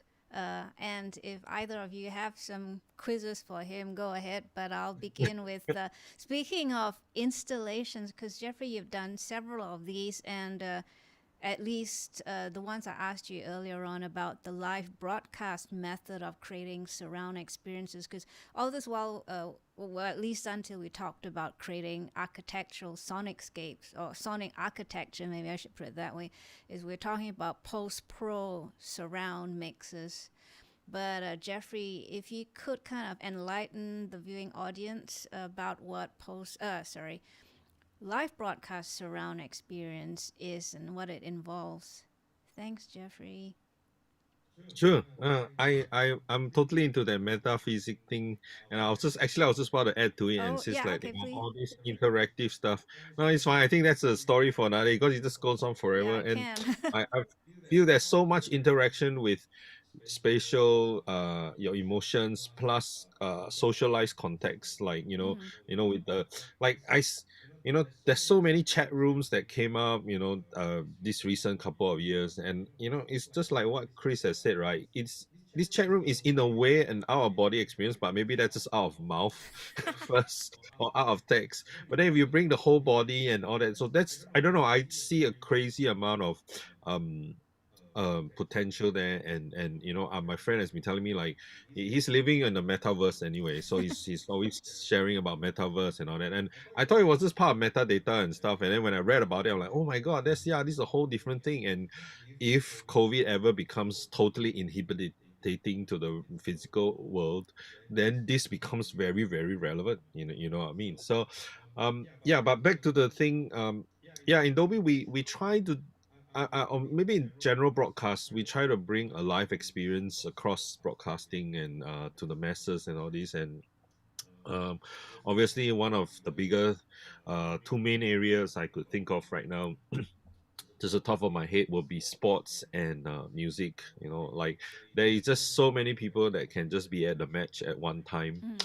You couldn't squeeze that many people at the stadium, and so and to also globalize it, right? I mean, you look at UEFA recently, the big EPL, whole world is watching it, right? And everybody would love to be at the stadium.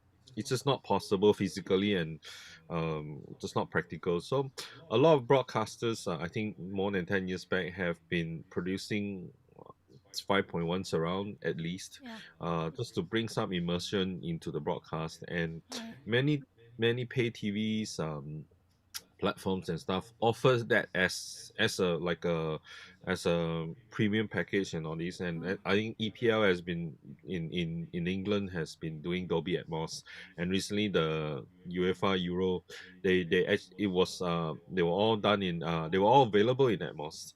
And even the Winter Olympics in Tokyo was actually delivered in Atmos. I mean, not Winter Olympics, recent Olympics that had happened recently. I think, Chris, you were very close to that, and that was in Atmos. And then I think the Winter Olympics coming up will be in Atmos. And this is one of the I would say a practical aspects of it that can happen now. I do agree at some point that the tools are still very blunt, but to be able to bring some resonance or some feel of some people being of you being in a stadium to your living room, I think that's a very big plus. And it's also with sports and music as well. There's a lot of social context to it, like me and my buds sitting in the living room and having a beer and watching the game. It's a very American advertisement that I grew up with and stuff. So obviously, if you can bring that immersive sound feel into that living room, right, it just like what Chris says, is 10 times the emotional effect. Effect. And yeah, with Dolby and several broadcasters across the world, well, we have been trying to do it, and a lot of this, like you mentioned earlier, in the ecosystem, it's very hard to bring this because there's so many mechanical moving parts for this to work. I mean, Yeah. to begin with, because I'm involved in some of these, so I know that to begin with, even the sports federation has to approve it. Like, you Wow. know, like for example, I helped up. I learned a bit from the cricket IPL India Premier League. Mhm. Like, if you want to put one extra mic in there, right, you have to go through this whole approval process, and everybody has to be aligned. And okay, this is what I want to do. Even with EPL and everything. So, we want to put an extra mic under the stump just to get more realism. It's all approved. So there's so many moving parts, and then you can create that emotional experience, that immersive experience live. And then after which, then the broadcaster has to take it and transmit it and be able to, like, pack it in a nice stream and send it across the world very efficiently. And of course, I learned that, wow, actually the whole world has fiber optics dug under the sea that you could send high volume of information. It's like, it makes all the superhero movies makes a lot of sense now, why they're always going under sea and try to blow things up. So we're all internally, this earth is all internally connected with optic fibers and sending huge amount of information. And then after that, you need the broadcasters or the platforms to start transmitting it. And that's apart from some of the mixing part that I do help out where they get these streams and how do they do this stream and translate Yeah. this whole immersive experience so that their set-top boxes, their platforms can push it through to consumers. And that's one moving part. Then after that, you have the other moving part of just like what Joel says, the consumer devices. There are a lot of devices out there, headphones and all these, that can decode this experience. But how would you do that? And how would you educate the consumers to do this? And some consumers, you just put sound in them and say, yeah, that sounds better already. Then I'm like, yeah, but it's gonna be even better. And then before you could just like really turn it up, they're like, wow, that sounds great already. And then they're too anticipating sometimes. Yeah. And then so just too many moving parts to it. So we a lot of times we try to simplify a lot of stuff. So let's say we'll mix it in 5.1, and that because the mixers that you could use doing it and setting up speakers on site make it very worthwhile. I mean, if you look at sports in the US, it's literally every truck. I would say in 5.1. In Malaysia, I think we have Astro that's just doing 5.1 for the last more than 10 years already. Wow. And then we're moving on to this live Atmos thing, and we do it with somewhat of so in the production side, I think we talk more about the production side. We just add the high speakers, like we mix it to a 514, Yeah. and then we use this 514 to kind of represent the three-dimensional space. Channel-based audio is easy for everybody down the stream to understand. Yeah. And obviously, again, Joel says we need metadata, and the whole world is about metadata. And there is a metadata stream that we use in channel 16 without getting too technical. With the advent of 4K or UHD broadcasting, we're always looking at 16 tracks of audio. Although the big fiber parts can send out 64 tracks of audio, I mean, there's a lot to be discussed in the broadcast world. I mean, Yeah. like UEFA was. Or many broadcast shows are done remotely. Like, all the information from the stadium is sent to a particular place to be mixed and then redistributed out. So it's a very complex process. Many organizations to make it work, but we just simplify it to 514, where we can sort of represent a simple dome, and then we put speakers to that, and we send the information through.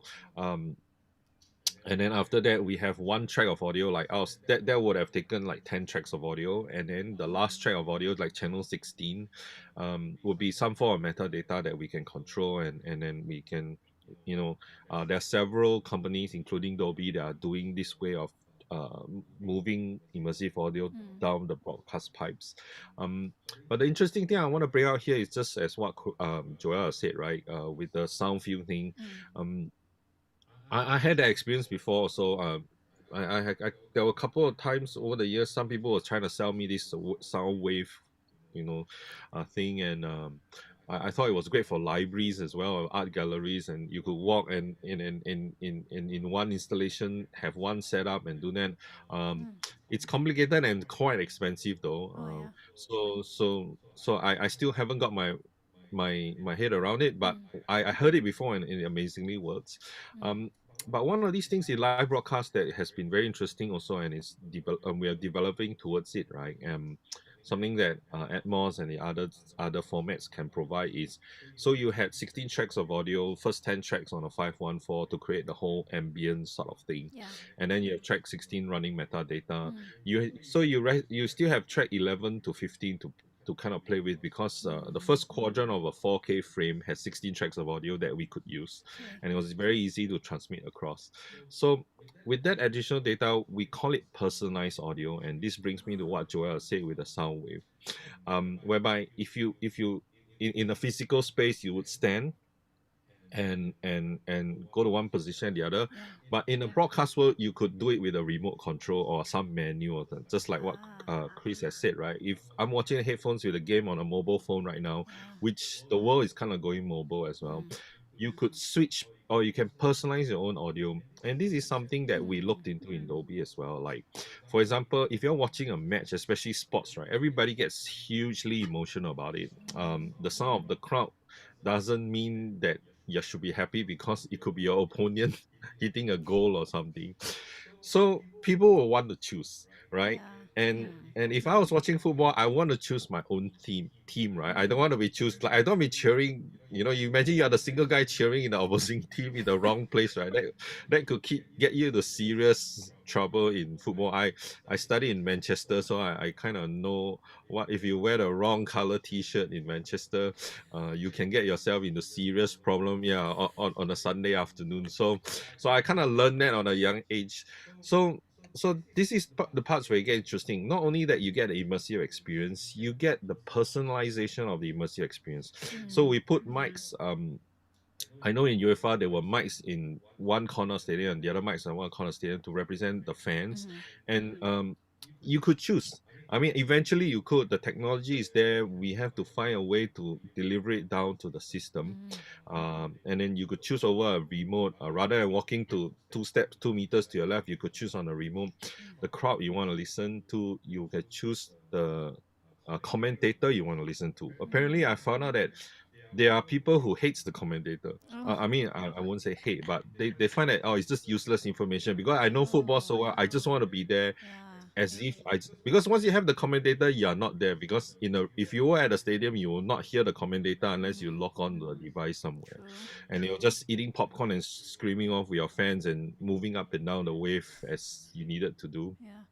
So yeah, some people want to turn it off, and of course today you couldn't really much do it, but there are systems in place, and I think the whole broadcast industry is working towards a personalized broadcasting, where you could personalize your own immersive system or experience if you want. And I think that really speaks a lot. And I totally agree with what Chris said also.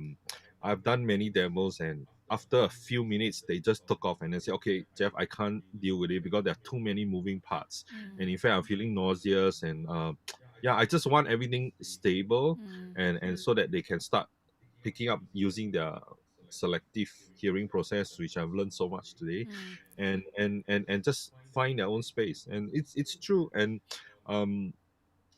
with this personalized immersive broadcast, right, I think there's a lot of potential in the future and stuff like this. And this is something what we do. And one of it was to simplify the production so that we can still create 3D mixes sending out to the world. Wow, thanks, Geoff. That was a lot. And I was like trying to focus in and wish I had a pen and paper. I was going to scribble all that down, but I'll just play back the recording later. No worries. Speaking of live broadcast, right, and then archiving live broadcast, there's so much out there, Geoff, Joel, and Chris, in terms of besides the moving parts, from the consumer end, they want to know not only do they want to know what exactly is this that you're selling me, but then what do I need?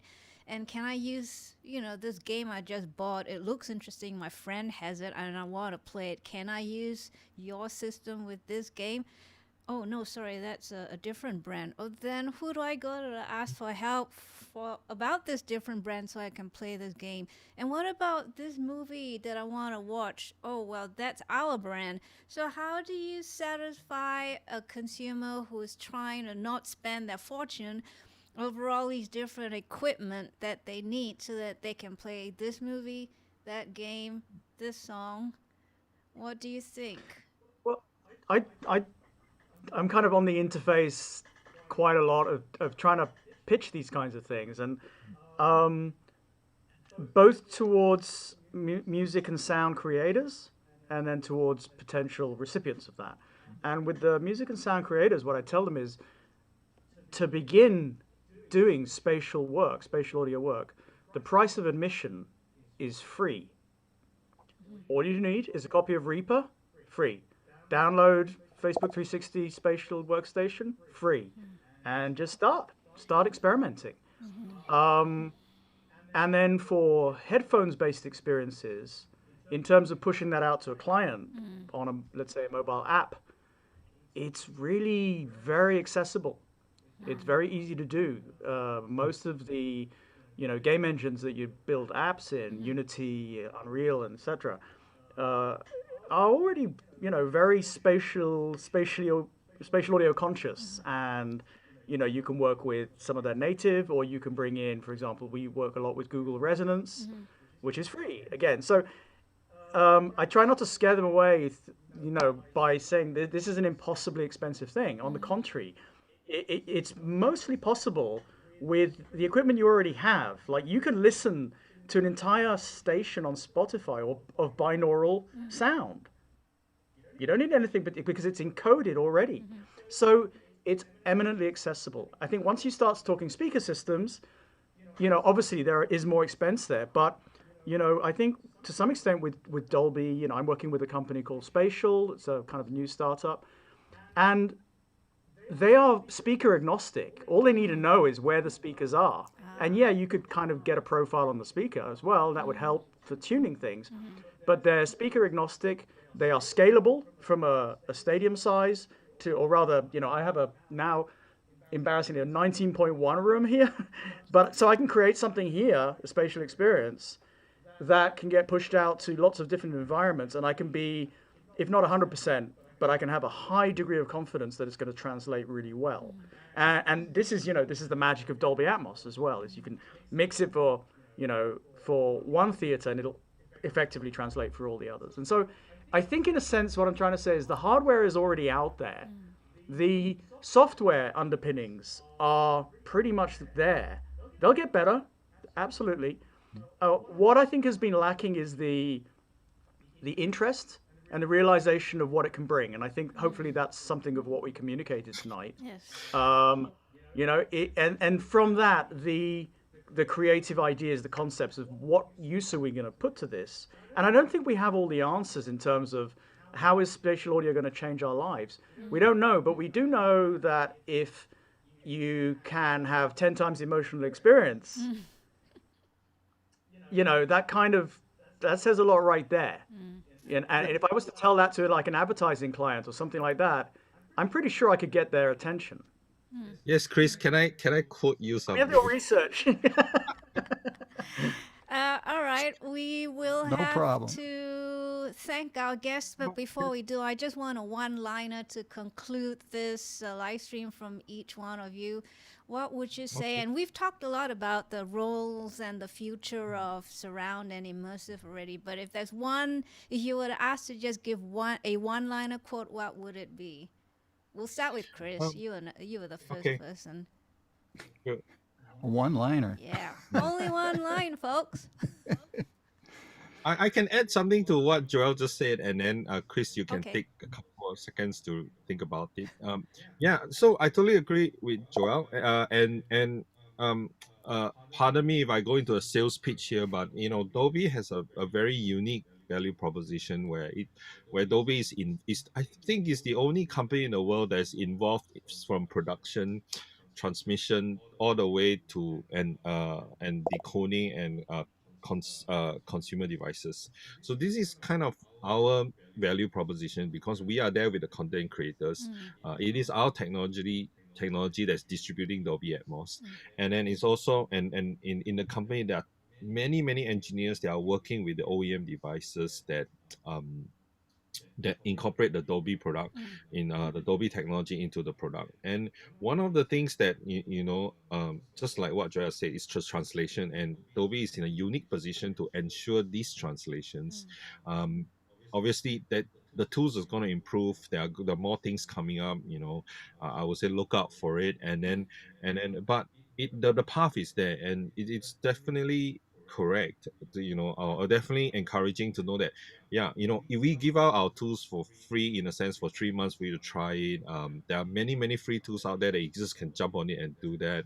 And then after that, you go to devices, and most of the devices can decode it. And one of the main things I like to say is like we're not aiming at premium devices. It's not like if you buy the most expensive, the latest model, you're gonna get it. It's already there. Our encoding decoding technologies has been already planted in quite a few devices, and even the lowest or even the mid-range devices will get it. Like for example, Samsung phones, every phone has an Atmos decoding technology that you could do, and except for a very low end model which is only available in certain countries, but it's across their whole range, and stuff like this. So I would say if there's a one-liner for it, right? I won't say like spatial audio is now. I've also said this many years, even since the That was going to be my line, so you can't. yeah, You can see I'm it as not well. gonna say that. I'm not gonna say that because I've said it in the surround. I said no. Next year surround is gonna happen, and surround got very lukewarm. But we're still trying to make it happen, and so I would say, from my own experience, the experience speaks a lot. Like I can go on to I've gone on and done sales pitches, presentations with a PowerPoint, and I used to do that for a living as well, teaching and stuff like this. So PowerPoint presentation, all this, as much you can say is, and Dolby have very fancy decks, and our decks looks really nice, and it's all business, and we have great marketing and everything. All like that one liner, I would say just try it and go to somewhere you can experience it. And I do that a lot with my customers. I bring them a soundbar, I bring them a TV to experience the Dolby technologies, and the moment they hear it and they are in that space, it speaks so much. And you could I've more than 50% of the time, I just see that face like, oh my god, this is so much I can do with what can be done. Like you put a composer, a musician, a mixing engineer in a very nicely calibrated immersive setup, and when they hear the music all around them, they'll go like, why am I doing stereo? I have so much space to put this, and then they start thinking just like what Joel is saying, like composition in a free space, not a time space. I think that's so relevant. I mean, as Dolby, I'm trying to think of many best practices that can come out with helping people mix with Atmos. I always say that, I always quote the Beatles case whereby, they were suddenly given a pen knob, and you didn't have to bust it to mono anymore. You could put it to left or right. What would you do? And the first thing they did was just put the vocals on the left and the band on the right. And next thing you know, maybe if you look back, that wasn't such a good idea after all, because not many people are doing something like this these days. But that took 50 years to evolve, right? And now that we, just like what Chris said, the tools are free, it can be distributed, the consumer devices can receive it, can replay it to a particular quality. I think the least you could do for yourself is try it, hear it, or just play with it. Because I've seen so many people, suddenly you give them a 3-dimensional panel, they just go crazy. I mean, after moving the helicopter round and round for that first 5 seconds, then they start thinking a lot of things. And like what I from all the mix engineers, what I heard, that so many ideas can come about. So my one liner will be, it's here, it's easily accessible. Try it, experience it, and let your imagination take over. Thanks, Geoffrey. Chris? Most welcome. Chris? For me, Yes. it's an exciting time as well. You know, the current situation is allowing us to kind of go down paths that maybe would take longer in other situations, and include what we've been talking about today is included in this big time, because virtual experiences, if we can't go outside our homes, are really important. And it will continue to be this way. And I see that there's even probably more of a need to beef that up currently because of the situation. And we'll see better technologies, cheaper, more readily available, easier to use. And what I think is exciting about the whole thing is that everything is a wave. Everything is a wave. So is that your one The line? planet we live on, the stars, our bodies, our brain, our emotions, everything is a wave. Light is a wave. So what we're doing and what we've been talking about here today is manipulating waves and using waves to communicate between people. And I think this is a very interesting time. So Okay. to leave with, people with something that's maybe a little profound is everything is a wave. I like that. That's a good one. Thanks, Chris. Joe, your one-liner, please. I'm starting the wave. Now you guys continue. There's a football wave. My one-liner, we can't sacrifice fidelity without consequences, without losing the emotional valence in our music and sound. And we no longer need to make that sacrifice. You know, hard drive space is easy to come by. True. Spatial audio can rekindle our interest, people's interest and value in sound and music. And value, I mean that even monetarily, so that, you know, musicians, composers can get paid properly again. And hopefully through spatial audio we can bring back that interest, that emotion, meaning and value to the sound and music world and the sound and music experience. Very nice. Nicely put. Yeah. Thanks, I Joe. can I just add a little bit to that, like Yes. and you know, in Dolby and working with all the platforms and stuff, we do look at statistics, and there are statistics to just strengthen the point that Joel is making, and one of it was with the immersive experience and better quality premium experience, right? The demand for the content actually increases. If you look at a lot of the I know this sounds a bit commercially and stuff, but you know, a lot of the top so-called titles from Netflix and stuff like this, and you know, were available in Atmos Vision, some kind of premium technology that actually immerse the viewers into their world. And that's something really interesting to me, and it was discussed earlier in the call, whereby you know, you're bringing somebody into a world, and with the whole situation right now, is and having some of escapism into somebody else's story or somebody else's world, really, you know, that can be in a way therapeutic. But again, back to the point, it does drive some content demand. And why do we want to forsake this you know, experiences? You know, why should we you know, when it's so easily available and accessible right now? Thanks, Geoffrey. One last little Yes. note here. I've got to jump in a second. So. Okay, I agree with Joel on the resolution of the equipment. We can't sacrifice quality and resolution in regards to what we've been talking about today, because the less resolution we get, primarily that decays the emotional impact. Yeah. And with today's audiences, I'm sure Joel is really aware of that. I'm sure Geoffrey is too, that really if you come out with something new or supposedly new, you got to blow people away with it, or else they're not interested. So if you're just going to go a little bit up, you're probably going to, you know, fail.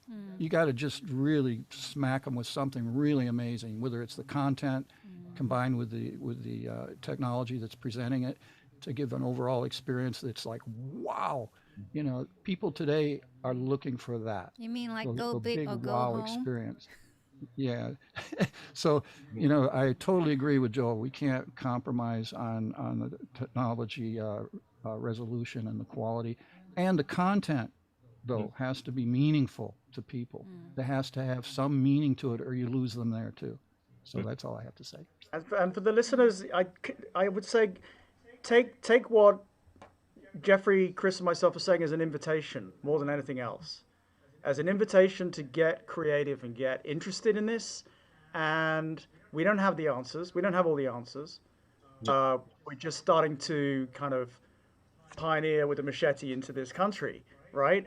So it's an invitation for everyone to get interested and start creating with new things in mind, no rules. That's my point exactly, man. No rules, no rules. And nobody can get hurt. I do believe that music doesn't hurt anyone. Lyrics can, but music can't. But that's a separate discussion. All right. Thank you, I you have to go. guys.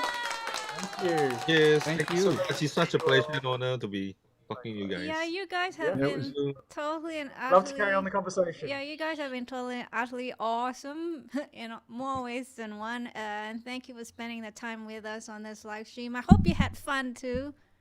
Oh yeah. Oh, very much, right? Thank you so much for organizing this. Nice meeting you, Geoffrey and Yeah, Joel. we Oh, hope. it's an honor to meet you guys, man. I might, when I find a spot, bring you guys back again for more chat because I think we could go on for another hour.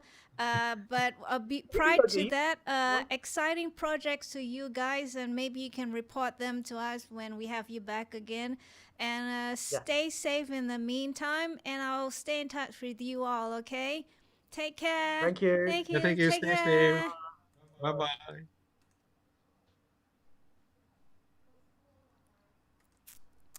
So that was pretty fun. You've been wonderful viewers as well, you all. Our ambassador Gary Mayula is back. Hi, Gary. I hope your wife had a fun birthday, day, and evening. Anyway, those of you who are new to this stream, please, and my channel, please subscribe if you haven't already. So you get alerted to my next stream or whatever activities I'm pursuing on YouTube. You can also find out more about my music if you're interested in on my Bandcamp store. If you want to know more about what's happening and you're on Facebook, you can also go to my Facebook page, Music and Chat Shelyong. And you know that I'll continue to bring fun folk and exciting content for you. Speaking of which, next episode we have Craig Enterton for a second round. He's known and acknowledged as an authority on technology and music. He joins us for an episode on primarily MIDI. I'm also seeking questions about MIDI ahead of time for him. So if you have any questions about MIDI you'd like to ask him, send them to me on my Music and Chat Facebook page, and I'll consolidate them and throw them at him when he appears. So there you go. Take care in the meantime, and please bring your friends along when you next attend Music and Chat. And take care, stay safe till then. Bye everybody. Thank you. I'll bring the thank you up a bit. Here you go. Thank you. Bye.